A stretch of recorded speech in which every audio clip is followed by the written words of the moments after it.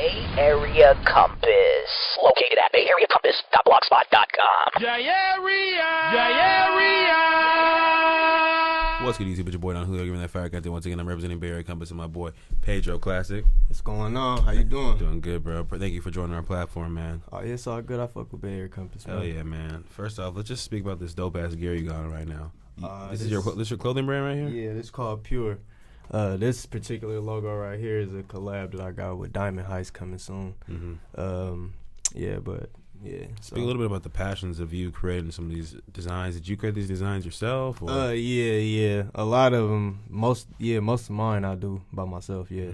Mm-hmm. I got a team of people that I consult with or talk to, like a couple family members and stuff like that I get a okay from, like, mm-hmm. you know, based on a consumer standpoint. But for the most part, I pretty much do all of it. Do you have like a lot of prototype clothing, or do you actually have things that people can get right now? I have stuff that people could get right now. I have a lot of shirts right now. Mm-hmm. I just dropped a sweatsuit like 2 weeks ago, so that sold out. I think I got maybe 4 left, of those. So. Other than that, yeah, I've pretty much just been just dropping stuff mm-hmm. month by month. Try to stay consistent. Gotcha. You know what I mean? Would you say the clothing brand and like the other things that you're doing goes hand in hand with the music, or it's the music then everything else underneath? So I started off doing music first, and then when I had got incarcerated 2012, that's when I had started like the clothing line.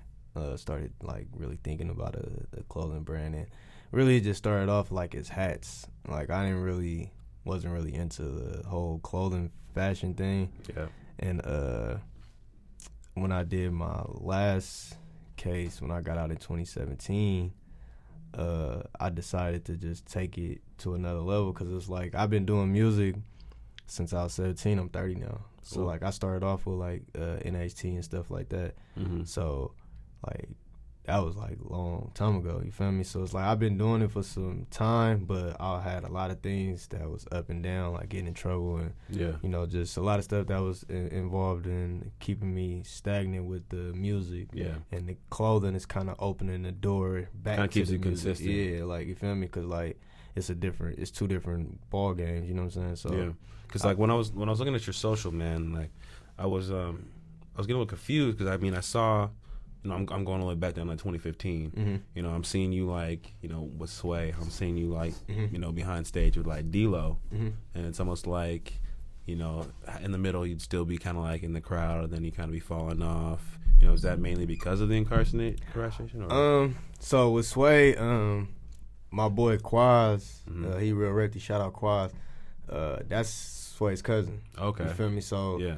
Whenever you see me with Sway, it was more so like Quaz bringing me and introducing me, you mm-hmm. feel me? Yeah. And that's what that was. And, you know, people would get the notion just from looking at pictures like, oh, you just know Sway. Like I met Sway a few times. We have a lot of conversations. He gave me a lot of game, but it's not like I can just call him on hand. Like, you know what I'm saying? Yeah. And as far as like with D-Lo, like that's my boy from the East. Like, you know what I'm saying? But you guys still have a relationship? Yeah, like we cool. We cool. We mm-hmm. good. Like, you feel me? Him, Sleepy, all of them. Shout out to D-Lo and them, you know what I'm saying? But pretty much the couple shows that you did see me go with D-Lo, I was really with Chippers. Oh, okay. You know what I'm saying? Yeah. So was he like just blowing up more at that time?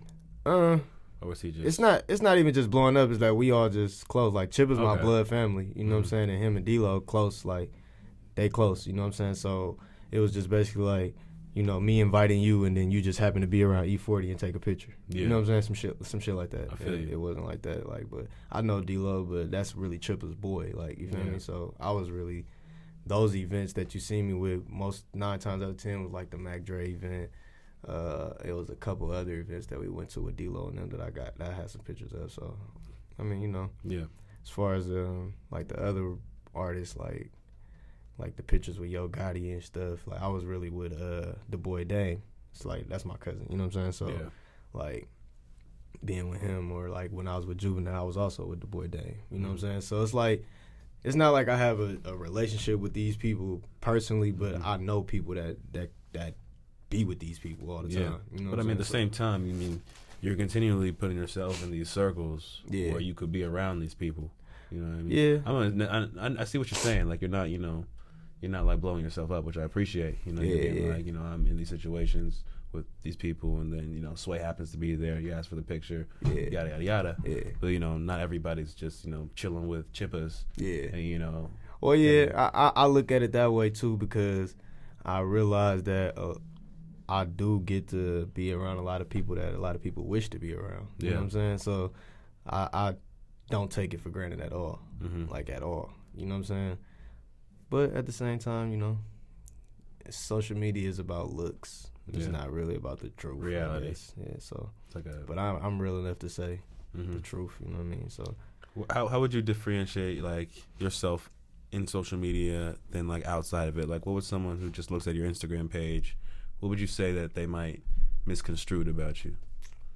That I'm always happy. You're always happy. Yeah, like, I go through a lot of stuff, but I don't really, I mean, I post about it, I talk about it because I know it's somebody else going through it. Yeah. And being an artist, you are somewhat of a role model to somebody. So I do talk about a lot of things, but, I mean, I don't know, like, I don't really know. That's a good question. I need to ask somebody else what they think about. Yeah, and then kind of get like an idea about it. Because I never really asked that question. You know what I mean? So it's funny because, like, you know, I have so many artists that come in through the booth, and I'm like, I wonder how they're going to be. All I can really, you know, gauge off of them is, like, their Instagrams or whatever. So I kind of, like, have a, you know, a predetermined, like, idea of what they're going to be. And, like, 9 times out of the 10, they're, like, completely different than, like, what their Instagrams and their socials are, like, portraying them to be as. Or they're coming here pretending to be somebody that they're not. Yeah, man. You know, I mean, I don't know what's real anymore. So, man. Yeah, man. It's a whole different time, man. Definitely. Let's speak about some of the music videos you've done. I mean, the one I really liked, it was kind of like a remix, that song Star. Yeah, I liked you know, how you were approaching those bars and everything. Yeah, it was appreciate like, it. Real on that track and everything too. What determines whether you're going to go in, like, kind of like that real emotional state, or when you're trying to just get, like, the crowd hyphy, like? So I've always kind of like, well, like, in the beginning, we made more like party and, you know, just making music and stuff. And then as I started getting older, I started putting my pain into it. So now when I go in the studio, it's kind of like, if a beat talk to me and I end up writing, then I write. But for the most part, music is all off vibes nowadays. Like, people they don't even care about the words, really. So now when I go in the studio, like, 9 times out of 10, I don't even write nothing down. I just go in and punch in the whole time and give that feel that I'm feeling at the moment. So you go in just like how you're feeling at the time, find that beat and just like go hard. Like I might listen to beats outside of the studio every now and then just to get some ideas of beats. But when I go in the studio, that's when I really listen to beats. I don't really listen to beats like that until I'm in the studio, because I don't write, so I don't know what's gonna come out of my mouth or what's gonna come to my mind. And if I don't write it down, I might be driving or anything. And if I don't write it down, forget it. Yeah, it's gone. So I just wait till I get to the studio. Yeah, you ever get like think of a dope ass bar, but you can't like get anything you can't write down in time, or like fuck writing down. I done been in the booth and thought of something, and as soon as the beat come on, I forget it and be like, damn, what did I just say? And you know it was a raw ass bar or something. Yeah, like, and then but after like fuck it, all right, say a couple more and then it come back. Exactly. So it's like, it's cool. It's a process. Yeah, it's a process. How often do you go in the booth? I go to the studio probably with my boy Slapwagon J every Sunday. Every Sunday. Lord's literally damn near every Sunday. Right after church. He's like, I need to go to church though, but nah, it's not after church. I tend to go like noon. You just said your boy's name. What was it? Slapwagon J. Slapwagon J. Yeah. You rap with him? Nah. He's an engineer. He's an engineer. Dope ass engineer. Okay. Dope ass engineer. So do you like craft the beat together and then work the lyrics around it? Or he has the beat ready and you just Nah. He does all the mixing, mastering, recording. You know, all of that stuff. The beats. Sometimes he has beats already from producers that he work with and stuff like that. So he'll throw me some beats, or you know what I'm saying, we'll work something out. But for the most part, I just come in and do whatever beat I already. Yeah. He do it for free? Nah. I'm about to say, I'm like, damn, that's the homie. Nah, he don't record, mix, and master nothing for free. I wouldn't even want it for free though. Yeah, you know what I'm saying. Even though it's my boy, I still want him it's to. Like a pride thing. Yeah, it's not even pride. It's just it's business. True. You know what I'm saying? That's how you make your living. Like you get what you pay for. Yeah, like you don't go to work at all. Your job is coming to the studio. So why would I not pay you, friend or not? Exactly. You know what I mean? So who are some people you've worked with in the past and some people you want to work with in the future? I work with FAB. You talking about like actually got on songs? Yeah, like actually got down on the song. FAB, Trifling, Alley Cocaine, Queen Pen, RBC, Bugsy, Chloe, Chippers, Killer Fonte, my brother, Free Killer, Regular Repty, Tommy Grissetti, Stevie Joe. It's a pretty big list, I think, again. Yeah, I can't remember them all off the top. That's like that's enough. I know that's just off the recognized royalty and a few of the fly shit onlys. I can't think of everybody's name to the top of my head. Yeah, I mean, get like 8 to 10. So yeah, like, now how about some people you want to work with? Even if it seems kind of out there. So we talking only Bay Area? No, we can go outside the Bay. And period, yeah. Well, at home, I want to do a song with 40. Show. Yeah. 40 Show and Keek. It's like you gotta have. Yeah, especially those. if you're out here. You know what I mean? Out here, like you gotta have those. Like, you know what I'm saying? D-Lo and everybody else. Like that's how I kind of want to work with everybody. Like, you know what I mean? I work with Drew B's in Frisco. I want to work with Yada, Lil Yace. You know what I'm saying? Just everybody. You feel me? I want to work with everybody, literally.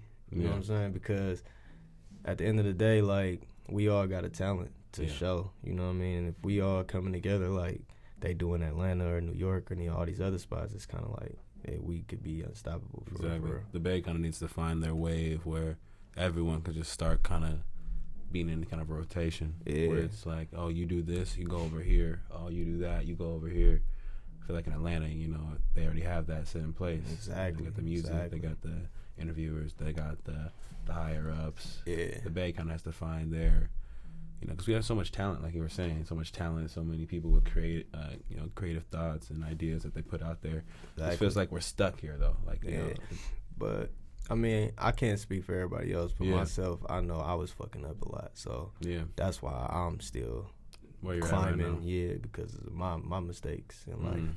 So I can't really fault nobody for that part of the game. You know, I mean, nobody want to take a chance on somebody that's going to jail every year. Yeah. Nobody want to invest their money into that, their time into that. Exactly. You know what I'm saying? So it seemed like you like matured and like I had at first I used to get mad and shit, but it's like, bruh, life go on. Like can't just dwell on like if I go to jail and I don't know when I'm getting out, I can't be mad that somebody else moves on and start working with somebody else. That's free. Exactly. You know what I'm saying? That's my fault. My opportunity to lose. There's nothing that I could do about that. Exactly. You know what I mean? So what's next, Paidro? Like, what's the next project that people should be looking for right now? To be honest with you, bro, I got like 60 songs in the 60 cuts. songs. Like, so I really don't know what. I don't know if I'm about to release another project this year. Okay. I think I'm gonna just release singles and videos and just come out something. I got a couple collabs still that's put up and shit. So I want to get the videos with the collabs done. Okay. You know, just work on marketing. I got this single Toxic that I'm promoting right now. The video will be done in like a week or so. So I just been getting that together and just focusing on getting out there more, getting seen more, networking with people. Cause like I dropped since I got out 2017. I probably dropped 6 projects since then. Yeah. So it's kind of like, you know what I mean. Like I gotta slow down and then figure out dropping the projects who they getting to. Exactly. Like who's the audience? Like, you know, what's the best way of like maximizing as much viewership as I can? Exactly. So, you know, some people just drop projects or songs and they just hope that people listen to it. Yeah. You know what I mean? And it's like I know people be listening because I be having people tagging me and shit. But it's like if you ain't getting booked, then you're not getting heard enough. Yeah. To me personally. Exactly. You know what I mean? So you're independent, right? Yeah. Do you want to stay independent or do you want to be signed hopefully in the future? That's a good question. If a label has an opportunity and they're not trying to kill my creativity or, you know, kill my process, and we can come to a medium, I would be open to listening. Mm-hmm. But I've been moving around and seeing how things go kind of behind the scenes. And I'm starting to see that as long as you got money, shit, you don't really need no label. Yeah. You can do everything literally that they do, like the same people, everything. It's just about going and actually doing the work and getting seen. How do you feel about people who, you know, kind of, they get away if a label sees it like a shark sees, you know, fresh meat. The label goes in, and the artist, you know, who has no experience, no background, they're like, oh, the label wants to help me. Let me just sign up with them. Like, how do you think about that decision for an artist to do that? Do you think that's good for them, even though, because they probably won't do as good by themselves? I don't even think, to be honest with you, I don't even think it's the fact that people just like, oh, they want to sign me and stuff like that. I think it's more so people coming from nothing. Like a lot of these people that come up with these hits and make these songs that's in the clubs and songs that's on the radio and all that, they really struggling. You know what I'm saying? So the first deal you get, you probably gonna take it just off the strength that you trying to get out of your situation. Yeah, off that upfront money. Exactly. So people just kind of like, from what I'm seeing, it's kind of like, okay, well, I'm going to use this as a stepping stone. But a lot of people don't realize, like, if you sign a deal and you don't read it right, then, you know, they can decide. If they, let's just say you sign for 2 CDs, and they be like, well, we got 2 albums. Well, and they be like, oh, shit, I could do 2 albums easily. Yeah. But you don't realize that they decide when they come out. Yeah. So, shit, that shit could be 10 years from now. Imagine if your first album blows you up. Yeah. You know what I mean? So that just makes your second album worth 10 times what you signed for. So then that's the same thing that Uzi had a problem with. Same thing Frank Ocean had a problem with. Yeah. It's like, and then too, like, these labels really don't be believing in people, bro. They sign you off the hype that you got right now. Yeah. You know what I'm saying?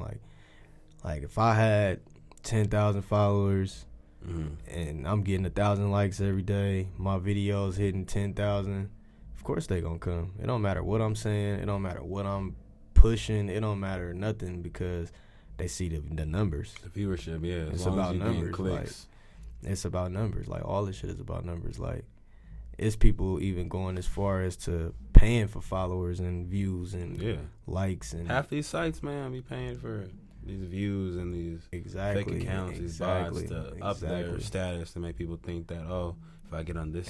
But too, it worked though. It works. Like, people do it. Like I've seen people do it. And just say they'll make a post and buy likes for the post or something, and then I see all the people leaving the emojis and all that shit because they seeing, oh, okay, well, you got 1,200 views in like 1 minute. So they looking like, oh shit, well, let me see what this is about. It's almost like I'm guilty of this too. It's like you see like someone with a bunch of followers, you might not know anything about them. Not even like, you might glance at their name, but you might think, well, maybe I should just follow them because they might post something interesting eventually that I might think that I might want to I just tune into. Go on a person's story if it is what it is. And like me, I'm about to start cleaning out my Instagram. There's hella people I need to unfollow. Yeah. It's almost too much work though, because there's hella people I need to stay followed to, but finding the people I need to weave out just feels like it takes so much time, man. You know, how many people you follow though? You follow like 100 or something? I follow like 1,300. Oh, you follow 1,300? Oh, you used to be longer than mine. Like for 1,300, but a lot of those people I know personally. Yeah. So it's like the ones that I don't know or just post hella like memes and shit all day. It's like, I'm gonna get you off my timeline because it's a distraction. Yeah, and like, the ones who you don't even know is the ones you always see the most. Pop up. It's like, and that's, I noticed that like with social media, they tend to bring up the people you don't know so you can go and find other people. You know what I'm saying? And say if I just follow you, right, and the next person who follows me, you pop up in their recommended because I just followed you. So they're trying to keep a trail going of yours. You know, and it's tying people into who know who and just all type of other shit. But think about this, man. Like, we're in a time where, you know, say the average high school girl, let's say she's a 9 out of 10. Like, she can go into an NBA player's DMs, or an NBA player could go into their DMs, and you can have a damn near relationship with these people. Like, and a lot of people don't pay attention. Yeah. Like, and then, like, a lot of these dudes, you feel me, never, what can I say? Before, like, they started, like, getting in the streets or getting whatever type of money they've been getting, a lot of these dudes wasn't around females like that. Yeah. Like, a lot of these dudes wasn't getting no girls before they was buying them bottles and doing all of that stuff. So it's like, that's why social media attention means so much nowadays, because the people that wasn't getting attention or people that didn't have a voice at one point have a voice now. Exactly. There's somebody now. Especially now, it's like a free-for-all. Before, you had to have a talent to be famous. Now it's like you just have you have to have a talent for people to even want to watch what you're doing. Yeah, before. Now you can just do some stupid shit. Yeah. And now you can throw on a wig and some lipstick and pretend to be a female. Yeah, I could probably get 100,000 followers if I just sell my soul right now today and just do some dumb shit. You know. Yeah. But then at the same time, it's like, you know, them doing that is kind of a good hustle because the money they can make from it, you know, if you keep that wave going, it's just thousands and thousands to that's the thing. But a lot of those people, see, I've realized a lot of those people, right, they'll get on, and I just use the wig and makeup shit just for, just because it's the fastest, you know, example. But, like, people will do that and then come out with some street music. Yeah. And then want people to take you serious and get mad when people don't take you serious. Exactly. It's like, bro, we want the wigs and dresses now. Yeah. We don't want you. You can't just flip the script like that. Yeah, we don't want you to rap. You can't feed me this and then give me a different meal and tell me it tastes the same. Like, unless you just undeniably raw. Yeah. Then unless it's your thing that you keep evolving. Yeah. You know what I mean? If it's always been your thing, like for example, the Tekashi 6ix9ine. If we want to see the rainbow weirdo, you know, run from the ops, you know, that's what we want to see. You know, we don't want you to all of a sudden be like a motivational speaker. You know, yeah, that shit out though. You can't be a motivational speaker, bro. You True. But I'm just saying, like, if he was trying to switch up, it's like you went. What motivation can you give? Well, when you're in a tough situation, kids, make sure you snitch on all your gang members. I mean, the only thing that you can say is stay out the streets, or you're gonna have to snitch like I did, or you're gonna have to turn on your people, or you know what I'm saying? Yeah. That's like, but like I tell people around me, 95% of his fans is not in the streets. Yeah, so they're just white kids in the suburbs. So he gonna get out and still be able to do the same shit. Exactly. Times 10, because he gonna have security now. Exactly. You know what I'm saying? So he already got signed for that record label. I'm not sure exactly if it was 10 million. I don't know if it's real, but I mean, I wouldn't be shocked. I wouldn't be. I would be. Because, you know, everybody's waiting for that 6ix9ine single as soon as he comes out. Even the people who hate him, they just want to hear it to see how bad or good it's going to be. But it's like, I don't know, bro. Oh, that shit crazy. That's some other topic shit, man. That shit crazy right there. Let's talk about some of the shows, man. I saw some of the videos of you performing and everything. So, you know, how's your mentality going into performing? Like, what kind of presence do you want people to see when you're on stage? I'm actually learning more about performing. Like, getting more, you know what I'm saying? Because when I first started rapping, like it was when a lot of niggas wasn't really rapping like that. Yeah. You know what I'm saying?